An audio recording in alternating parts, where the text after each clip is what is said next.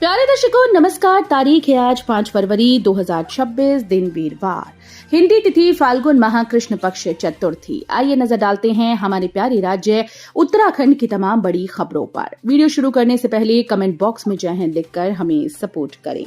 तो चलिए शुरू करते हैं। उपनल कर्मचारियों को सरकार ने दी बड़ी सौगात, स्वीकृत पद के बिना लगे कर्मचारी नहीं हटेंगे।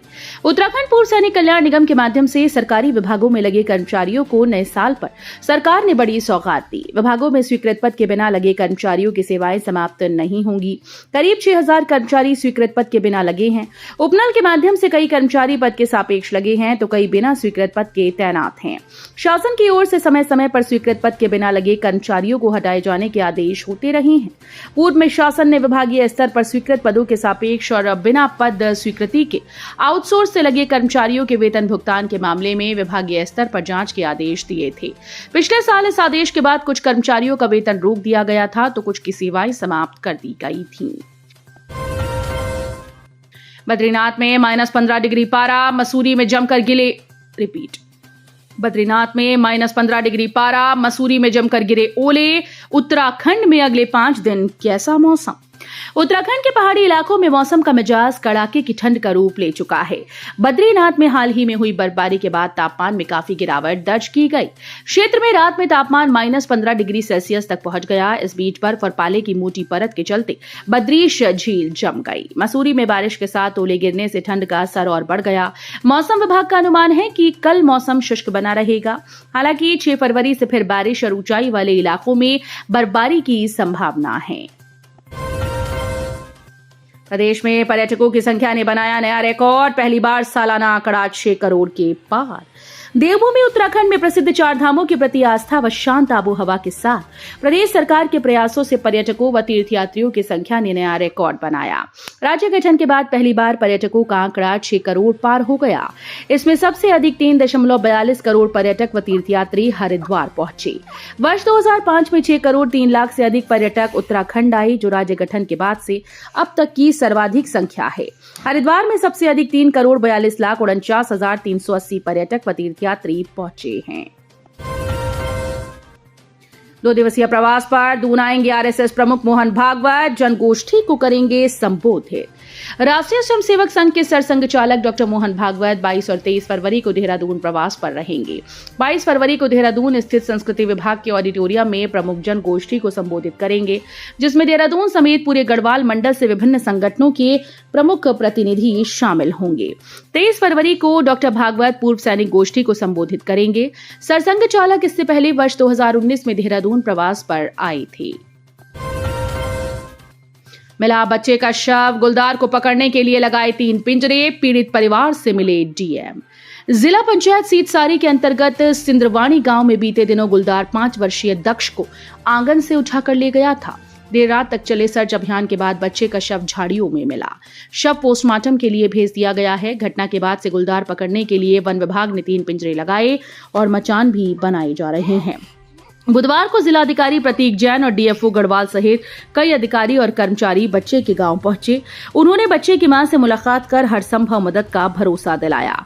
साथ ही पीड़ित परिवार को 10 लाख रुपए की तत्कालिक सहायता, आवास व सुरक्षा उपायों के निर्देश दिए। अल्मोड़ा में अनोखी शादी, पीपल का पेड़ बना दूल्हा और वट बनी दुल्हन, डीजे पर बच्चे से लेकर बूढ़े तक झूमी। उत्तराखंड के अल्मोड़ा जिले में पीपल और बरगद की अनोखी शादी हुई। वैदिक मंत्रोच्चार के बीच 2 पेड़ एक दूसरे के हो गए। मंगल गीत गाए गए, बैंडबाजी, ढोल दमाऊ की थाप और डीजे पर बारातियों ने जमकर नृत्य किया। बच्चे से लेकर बूढ़े तक इस अनोखी शादी की एक गवाह बने। सनातन परंपराओं के अनुसार मंगल गीतों के बीच पुरोहित ने मंत्रोच्चारण कर फेरे कराए। बैंड और ढोल की थाप पर नाचते गाते बाराती, आतिशबाजी, हल्दी मेहंदी सहित कई रीति रिवाज के साथ धूमधाम के साथ शादी समारोह आयोजित किया गया। हिंदी पत्रकारिता द्विशताब्दी समारोह में पहुंचे राज्यपाल, कहा यह केवल भाषा नहीं, भारत की आत्मा है। राज्यपाल लेफ्टिनेंट जनरल गुरमीत सिंह ने बुधवार को हरिद्वार प्रेस क्लब में आयोजित हिंदी पत्रकारिता द्विशताब्दी समारोह में बतौर मुख्य अतिथि प्रतिभाग किया।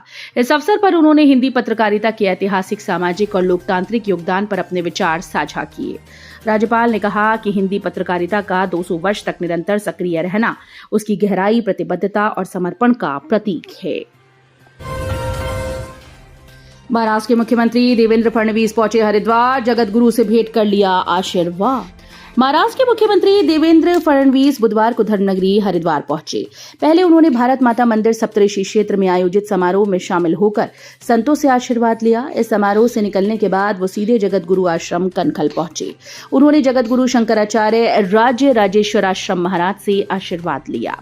यही नहीं, उन्होंने जगत गुरु के गुरु ब्रह्मलीन स्वामी प्रकाशानंद की एक फोटो, जिसमें वो राष्ट्रीय स्वयंसेवक संघ के संस्थापकों के साथ खड़े होकर फोटो खिंचवाई और गले में माल भी पहने थे, उस फोटो को अपने साथ लेकर महाराष्ट्र गए।